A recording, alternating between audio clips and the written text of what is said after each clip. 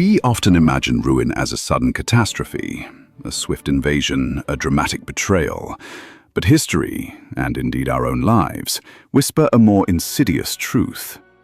Empires, careers, relationships, and even our very sense of self rarely crumble from a single external blow.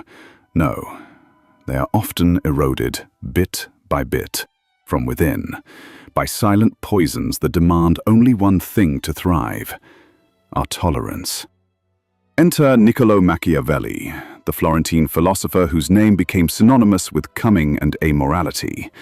Yet, to dismiss him as a mere advocate of cruelty is to miss his profound, albeit uncomfortable, genius.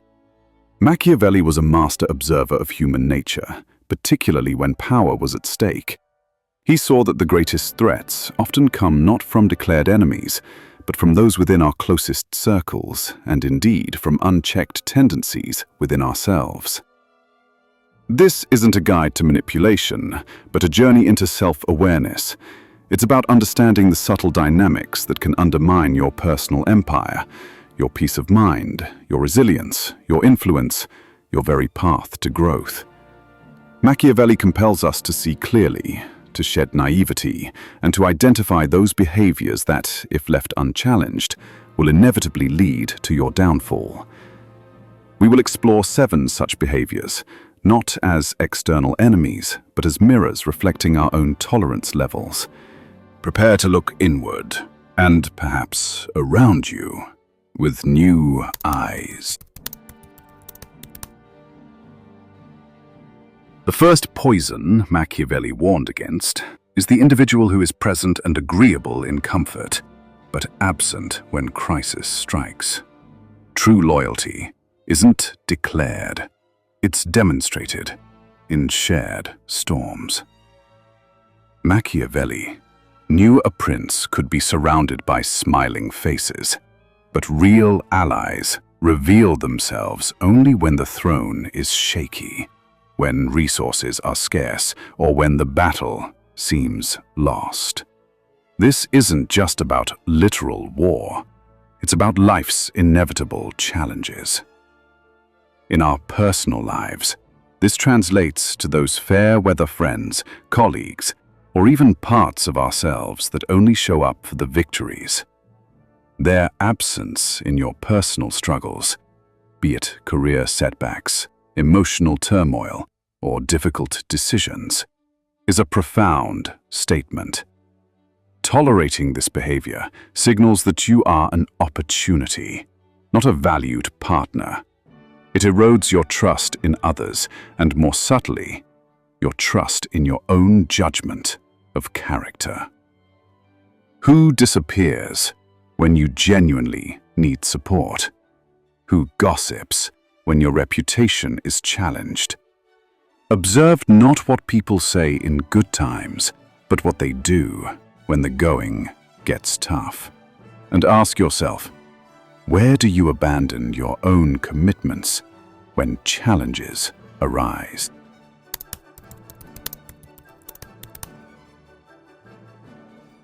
A leader's cowardice, Machiavelli understood, is far more destructive than any external enemy.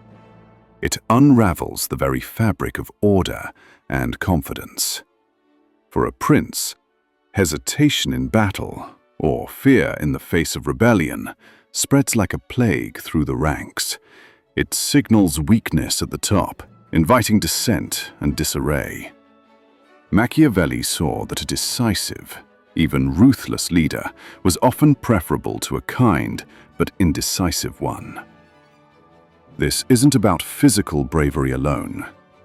It's about the courage to make difficult decisions, to confront uncomfortable truths, and to face your own fears. When you, as the leader of your own life, hesitate out of fear of failure, fear of judgment, fear of conflict, that indecision ripples through your aspirations, projects, and relationships. It saps your own energy and signals to your internal and external world that your path is uncertain. Tolerating your own cowardice, or that of those you depend on, guarantees paralysis. Where do you delay crucial decisions out of fear? Where do you see others' indecision creating chaos?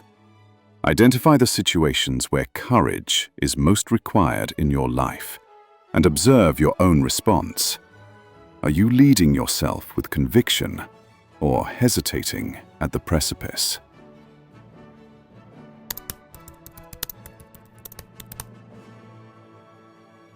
Machiavelli famously warned against flatterers, seeing them not as friends but as the insidious destroyers of a leader's judgment.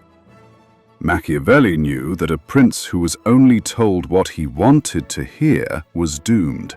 Flattery, he argued, is a subtle poison that slowly erodes a leader's judgment, isolating them from reality and making them vulnerable to genuine threats.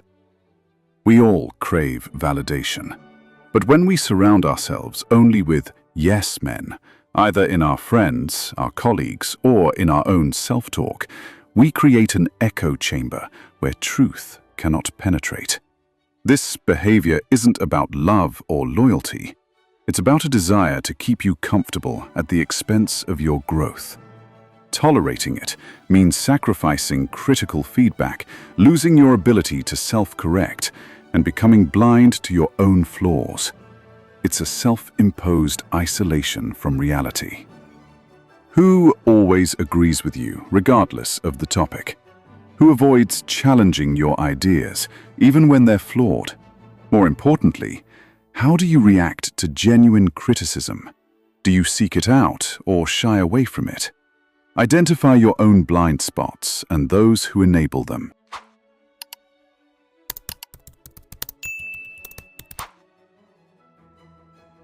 An unchallenged public defiance, Machiavelli noted, doesn't just undermine a leader, it grants permission for everyone else to follow suit. For a prince, a public insult, a challenge to his decrees, or an open act of defiance, if left unaddressed, is a death knell. It shatters the illusion of invincibility and, more dangerously, signals to every other potential rebel that there are no consequences. In your personal life, this manifests as allowing others to publicly disrespect your boundaries, your values, your time, or your word. It could be a colleague who openly mocks your ideas in a meeting, a friend who consistently dismisses your feelings in front of others, or even an internal voice that publicly shames your efforts. When you tolerate such public challenges, you are, in essence, giving permission for further disrespect. You are eroding your own self-respect and inviting others to walk all over your personal authority. Your silence becomes a statement of acceptance. Where do you allow others to publicly undermine your efforts, ideas, or personal boundaries? How clear are your boundaries, and how consistently do you enforce them? Pay attention to moments when you feel disrespected in a public setting and your initial reaction.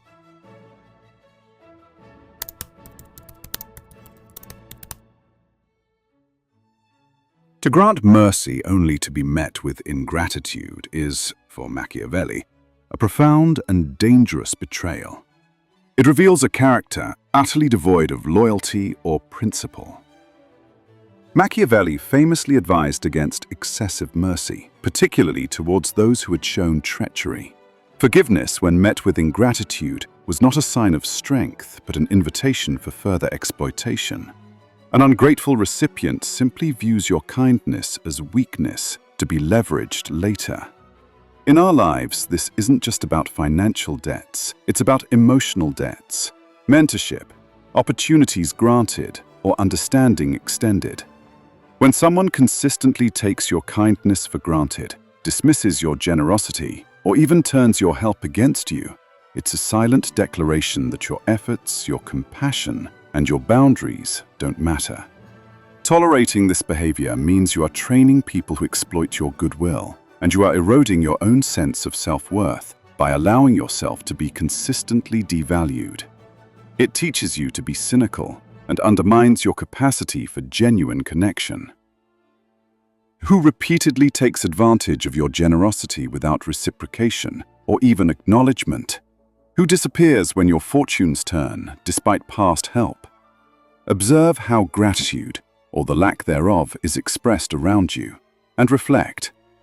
Are you valuing your own kindness appropriately, or allowing it to be taken for granted?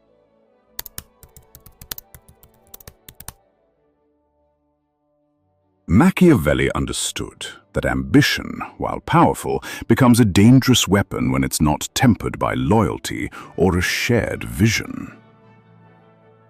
A talented minister or general, though brilliant, if driven purely by personal ambition without a foundational loyalty to the prince, is a constant threat. Their excellence becomes a hidden blade, waiting for the opportune moment to strike and seize power for themselves.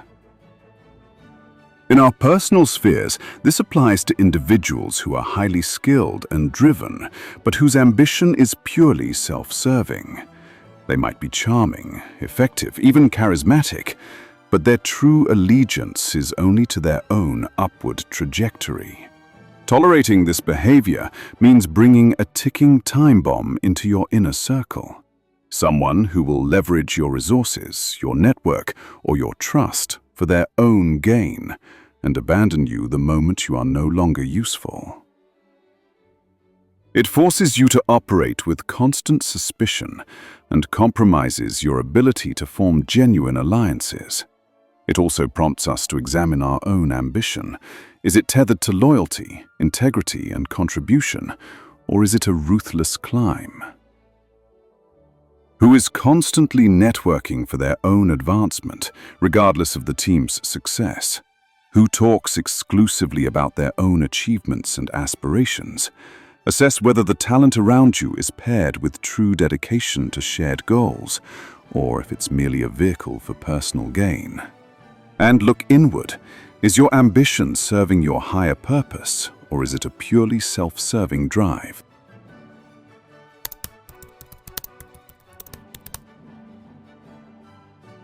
Machiavelli, ever the realist, saw that morality could be weaponized, used as a pretense to attack power and advance one's own agenda. When a rival or a dissenting faction rails against the immorality or corruption of a prince, Machiavelli would ask, is this truly about virtue? Or is it a calculated maneuver to discredit and usurp power? Often, he noted, self-righteous indignation is merely a mask for ambition. In our modern context, this is particularly potent. We see it in cancel culture, in virtue signaling, and in the constant judgment of others.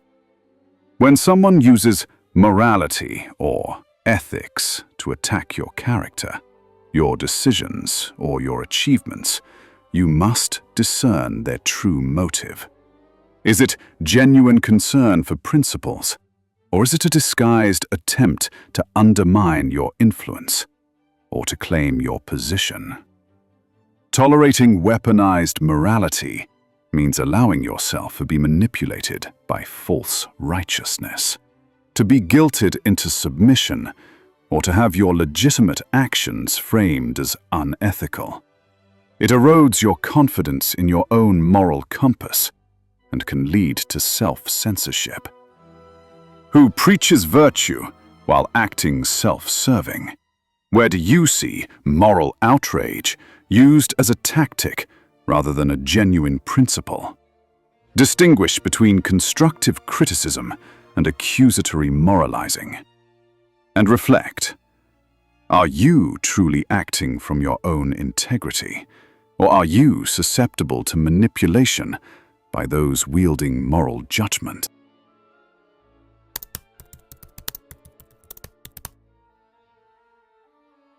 We have explored the 7 behaviors Machiavelli warned us never to tolerate: the absence in adversity, the contagion of cowardice, the erosion of truth by flattery, the permission granted by public defiance, the silent declaration of ingratitude, the hidden blade of ambition without loyalty, and the mask of weaponized morality. Machiavelli's lessons are not about becoming cynical or cruel. They are about gaining an unshakable clarity of vision, an ability to see human nature for what it is, stripped of romantic illusions. True personal power and resilience come not from being liked by all, but from understanding who genuinely supports you, who undermines you, and, critically, how your own tolerance contributes to these dynamics.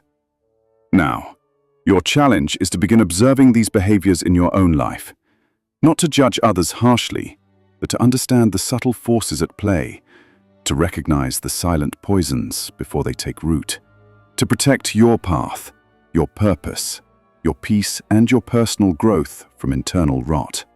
What will you choose to tolerate, and what will you choose to assertively address? This is the essence of building your own unshakable empire, one founded on clear sight and courageous action. Thank you for reflecting with me today. Continue your journey of self-mastery. If this resonated, consider subscribing for more insights into power, psychology, and personal resilience.